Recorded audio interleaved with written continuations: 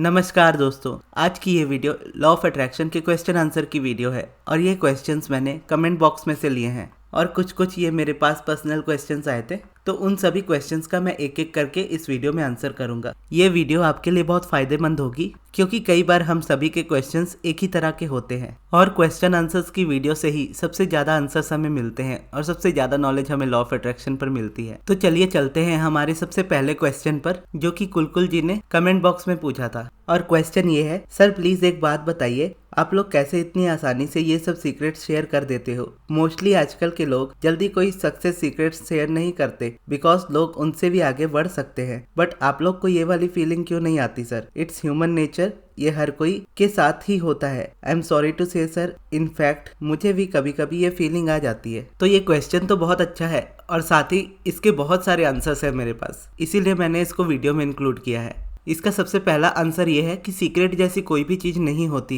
Universe में। Law of attraction आपके लिए नेचुरल है और प्रॉब्लम तब आ जाती है जब लोग इसको सीक्रेट का नाम दे देते हैं। और जैसा कि अब्राहम हमेशा कहती है कि आप सभी लोग नॉन फिजिकल हैं जिनको फिजिकल लाइफ का एक्सपीरियंस मिला है और आप नॉन फिजिकल से फिजिकल बॉडी में आने से पहले से ही लॉ ऑफ अट्रैक्शन को अच्छे से जानते हो। यानी जब आप धरती पर जन्म लेते हो तो आप सोर्स के साथ पूरी तरह से कनेक्टेड होते हो और जब आप सोर्स के साथ कनेक्टेड होते हो तो आप इस बात को समझ पाते हो कि ये चीज आपके लिए कितनी ज्यादा नेचुरल है। लेकिन जैसे जैसे हम धीरे धीरे बड़े होते जाते हैं, हम बाहर के लोगों से इन्फ्लुएंस होने लगते हैं। हमारे आसपास जिस तरीके का माहौल होता है, जिस तरीके की बातचीत हो रही होती है, उसी तरह के थॉट्स और बिलीफ्स हम बना लेते हैं और उसी तरीके की हमारी लाइफ हो जाती है।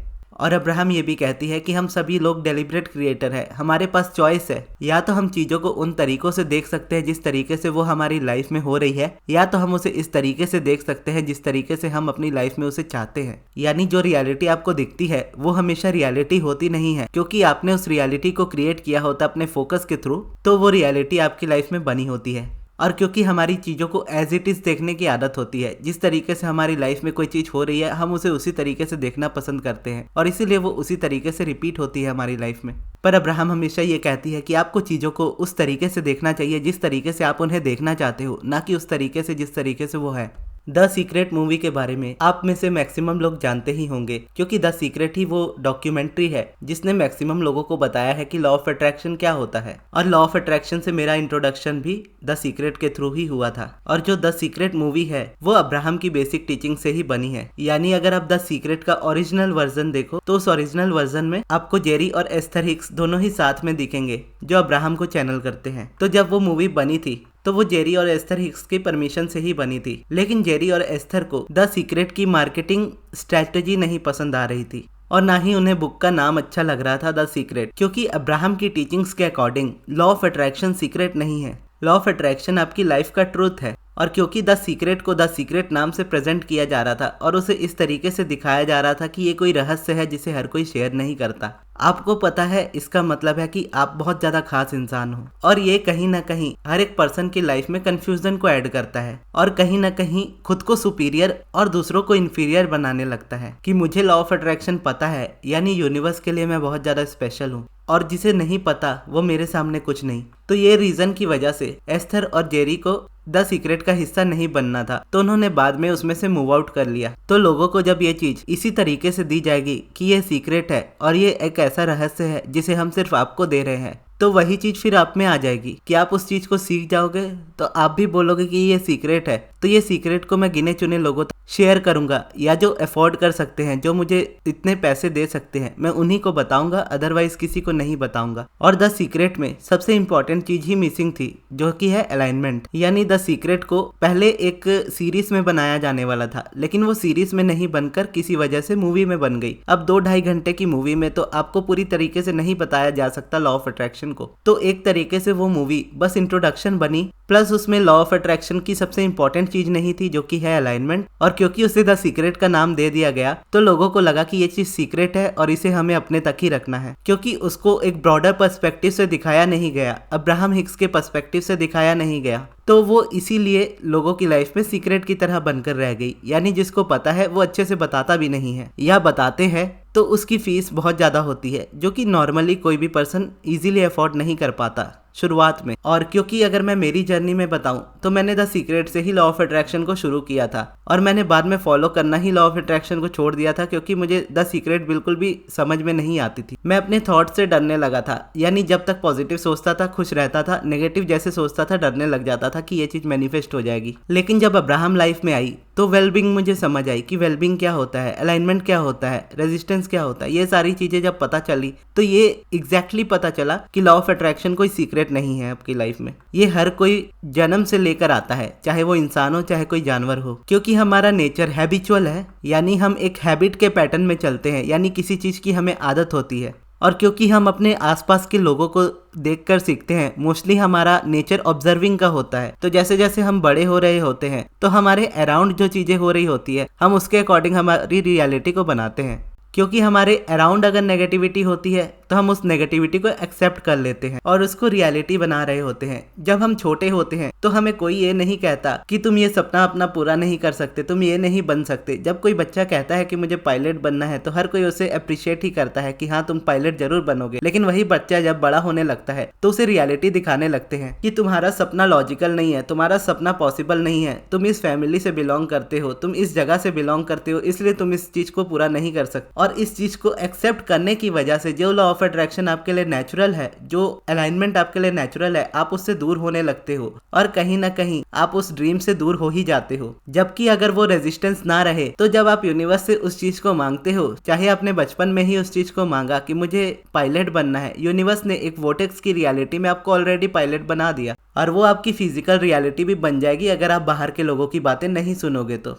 क्योंकि लाइफ की हर एक सिचुएशन में हमारे पास चॉइस होती है कि हम क्या सोचना चाहते हैं और क्या फील करना चाहते हैं। जब कोई हमें कहता है कि तुम्हारा ये सपना पूरा नहीं हो सकता तो उस बात को एक्सेप्ट करना है या उस बात को रिजेक्ट करना है, ये हमारे ऊपर होता है। अगर हम एक्सेप्ट कर लेते हैं तो हम अपने सपनों से दूर हो जाते हैं, अगर उसको रिजेक्ट करके हम अपनी सुनते हैं तो हम अपने सपनों के करीब हो जाते हैं। और मैं इन चीज़ों को जो अपने चैनल में बताता हूँ उसे शेयर इसीलिए कर पाता हूँ क्योंकि मुझे पता है कि मुझे मेरी लाइफ में जो भी चाहिए मैं यूनिवर्स से मांगूंगा, यूनिवर्स मुझे वो दे देगा। और सेम आप भी यूनिवर्स से जो चीज़ मांगोगे यूनिवर्स आपको वो चीज़ दे देगा। और यूनिवर्स में भरपूर मात्रा में अबंडेंस है, इतनी ज़्यादा अबंडेंस है कि आप यूनिवर्स से जितना मांगते जाओगे यूनिवर्स में भी उतना ही बढ़ता जाएगा, आपकी लाइफ में भी उतना ही बढ़ता जाएगा। यानी यूनिवर्स का नेचर एक्सपेंडिंग का है, बढ़ते रहने का है। और यह एक्सपेंशन आपकी लाइफ में तब होगा जब आप अलाइनमेंट में होंगे। और एक तरीके से जिस तरीके की आपकी वाइब्रेशन होती है उसी तरीके के आपके एक्शंस हो जाते हैं। अगर आप रेजिस्टेंस में हो, बहुत ज़्यादा एंगर पर्सन हो, तो कहीं ना कहीं आप अपना गुस्सा निकालोगे। जो बहुत ज़्यादा एंग्री पर्सन है उनका क्राइम्स में निकल जाएगा। जो शांत पर्सन है उनका एक्शन भी शांत होगा। और जिनको लगता है कि लॉ ऑफ अट्रैक्शन सीक्रेट है वो इससे सीक्रेट ही रखना चाहेंगे, वो जल्दी किसी से शेयर नहीं करेंगे, या शेयर भी करेंगे तो किसी कंडीशन के साथ करेंगे। और वहीं अलाइनमेंट ऐसी चीज है कि जब आप अलाइनमेंट में होंगे तो आप अलाइनमेंट को और बांटेंगे यूनिवर्स में, और उस अलाइनमेंट को और बढ़ता हुआ भी देखेंगे यूनिवर्स में। यानी ये एक तरीके से आपका सेकंड नेचर बन जाता है कि आप जब इस चीज को अच्छे से जान जाते हो तो आप दूसरों को भी बताते हो, आप चाहकर भी उसे खुद तक नहीं रखोगे। और जब मैंने अब्राहम को जानना शुरू किया था और उनको पढ़ना शुरू किया था और उसके बाद मैंने जाना कि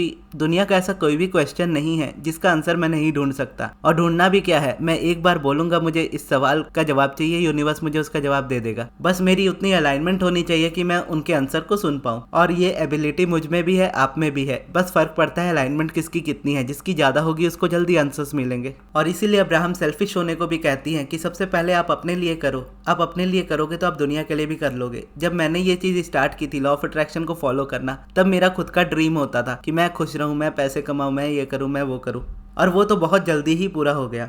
बैंक में 2-3 रुपए मेरे होते थे और सैलरी बिल्कुल नहीं थी क्योंकि मैं जॉब नहीं करता था। वहां से उठकर सैलरी डायरेक्ट 1 लाख इनकम से ज़्यादा हो जाना, वो भी जब से मैंने अर्निंग स्टार्ट की उसके 3-4 महीने बाद ही ऐसा हो जाना। ये सारी चीज़ें अलाइनमेंट को ही शो करती है। मैंने कुछ ऐसा नहीं किया जिसमें मुझे बहुत ज़्यादा मेहनत लगी हो या बहुत ज़्यादा एक्शन लेना पड़ा हो या किसी चीज़ के पीछे बहुत ज़्यादा जाना पड़ा हो, कोई चीज़ को बहुत ज़्यादा करना पड़ा हो। मैंने कुछ भी नहीं किया, मैंने बस अपने थॉट्स को चेंज किया और अपनी रियलिटी को चेंज होते हुए देखा। और जब मैंने ये चीज खुद के लिए कर ली तो मेरी ये डिजायर हो गई कि मैं आप सभी के साथ इसे शेयर करूं और पूरी तरह से यूट्यूब पर ही शेयर करूं। यानी मेरे पास ऐसे बहुत सारे क्वेश्चंस आए हैं और बहुत बार आए हैं कि मैं वेबिनार्स क्यों नहीं लेता, और आंसर मेरा कहीं ना कहीं यही होता है कि मुझे जो भी आता है मैं यूट्यूब पर ही बता देता हूँ। अब वेबिनार में मैं क्या अलग से बताऊंगा, क्योंकि मेरे पास देने को कुछ अलग नहीं है और टीचिंग्स हमेशा एक्यूरेट होती है और एक ही तरह की होती है। अगर कोई आपको बोले कि ये चीज कर लो और वो चीज नहीं हुई, फिर बोले कि वो चीज नहीं हो रही तो ये चीज ट्राई कर लो, या ये कर लो तो पक्का ये हो जाएगा, वो कर लोगे तो पक्का वो हो जाएगा। और अब्राहम वही कहती है कि अलाइनमेंट में आओगे तो सब कुछ हो जाएगा। अब चाहे आप अलाइनमेंट में आने के लिए कोई भी प्रोसेस का यूज करो। और कहीं ना कहीं मैं अपने आप को लॉ ऑफ अट्रैक्शन कोच से पहले एक यूट्यूबर ही मानता हूँ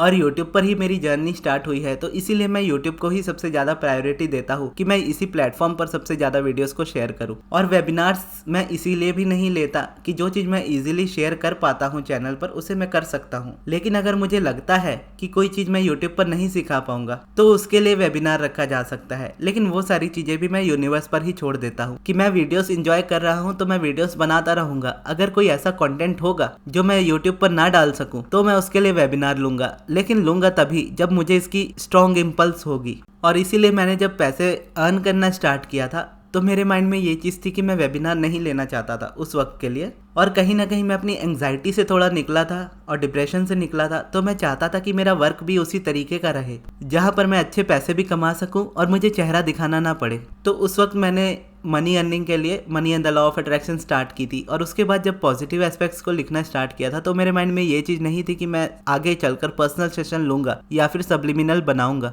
वो जैसे जैसे मैं अलाइनमेंट में आता गया, जैसे जैसे पॉजिटिव एस्पेक्ट्स को मैं लिखता गया, यूनिवर्स ने इस तरीके से रास्ता बना दिया कि मैं सब्लिमिनल बनाने लगा और सेशंस भी पर्सनली लेने लगा। और मेरे माइंड में भी ये बात यूनिवर्स ने हमेशा के लिए डाल दी कि अगर मैं किसी से पैसे चार्ज कर रहा हूँ, चाहे सब्लिमिनल के लिए हो चाहे सेशन के लिए हो, तो वो मैं चार्ज इसलिए नहीं कर रहा हूँ कि मैं उनके लिए सब्लिमिनल बना रहा हूँ या उनको सेशन दे रहा हूँ, बल्कि चार्ज इसलिए कर रहा हूँ क्योंकि मैं अपना वक्त दे रहा हूँ। और इसी चीज़ को मैं मेरी लाइफ में फॉलो करता हूँ कि मैं जिस चीज़ के भी अगर चार्जेस लेता हूँ तो वो सिर्फ और सिर्फ अपने टाइम के लेता हूँ। टीचिंग्स मेरी तरफ से हमेशा ही फ्री रहती हैं चैनल पर कि कोई भी पर्सन अगर वक्त अपना दे सकता है और अपना कीमती टाइम निकाल कर मेरी बनाई हुई अब्राहम हिक्स की प्लेलिस्ट को देख सकता है, तो ऐसा कोई भी ड्रीम नहीं होगा उनकी लाइफ में जिनको वो मैनिफेस्ट ना कर पाए।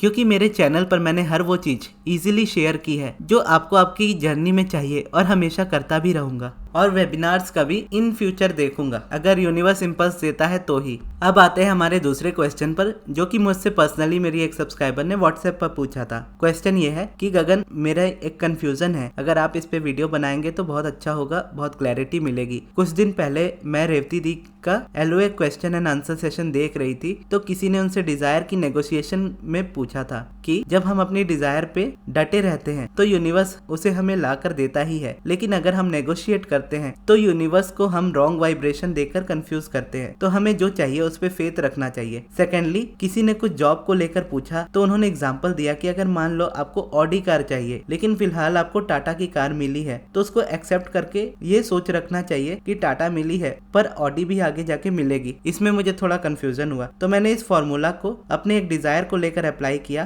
कि ठीक है, फिलहाल टाटा को एक्सेप्ट करके ऑडी की डिजायर को भी फेथ से दिल में रखती हूँ कि मिल जाएगी, लेकिन मुझे इसमें बहुत रेजिस्टेंस फेस करना पड़ रहा है, होते होते नहीं हो रहा है। तो आप प्लीज ये कंफ्यूजन क्लियर कर दीजिए। तो इसका आंसर ये है कि ये कम्प्लीटली आपकी चॉइस है। यानी अगर आपको ऑडी कार चाहिए या कोई भी स्पेसिफिक आपके डिजायर है तो वो आपको चाहिए ही चाहिए, वहां तक कोई कंफ्यूजन नहीं है। लेकिन यूनिवर्स आपसे ये नहीं कहता कि अभी आप ये वाली कार ले लो, ऑडी बाद में ले लेना। ये हम खुद यूज करते हैं अपने बिलीफ को बढ़ाने के लिए कि मेरे पास कोई कार नहीं होगी, उससे बेटर है कि मेरे पास ये टाटा वाली कार हो, उसके बाद टाटा वाली कार होगी तो मैं ऑडी को मैनिफेस्ट इजीली कर पाऊंगा, क्योंकि कुछ ना होने से कुछ होना बेहतर है। जबकि ऐसा कुछ नहीं है, ये टोटली आपके ऊपर डिपेंड करता है कि आपको ऑडी की कार चाहिए तो ऑडी की कार से पहले कोई कार चाहिए क्या, तो ये आप चूज कर सकते हो। अगर आपको डायरेक्ट ऑडी चाहिए तो आप बोलो यूनिवर्स को कि मुझे ऑडी ही चाहिए। जैसे मैं इसको मेरी लाइफ के परफेक्ट एग्जांपल से आपको बता सकता हूँ कि जब मुझे जॉब नहीं करनी थी और इस चीज़ का डिसीजन हो चुका था,